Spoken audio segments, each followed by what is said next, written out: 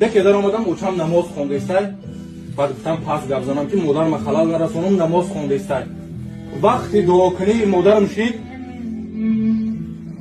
وقتی دمی یک چیز امی زیر کرد که باید روم گوش کنم که این مادر به حق مو دعا میکرده باشه یا نه. اولش استغفرالله که در دل مای فرزند همین خیلی شبه آمد که باوری که حاصل کنه که اوچم برای فرزنداش دعا میکنه یا نه.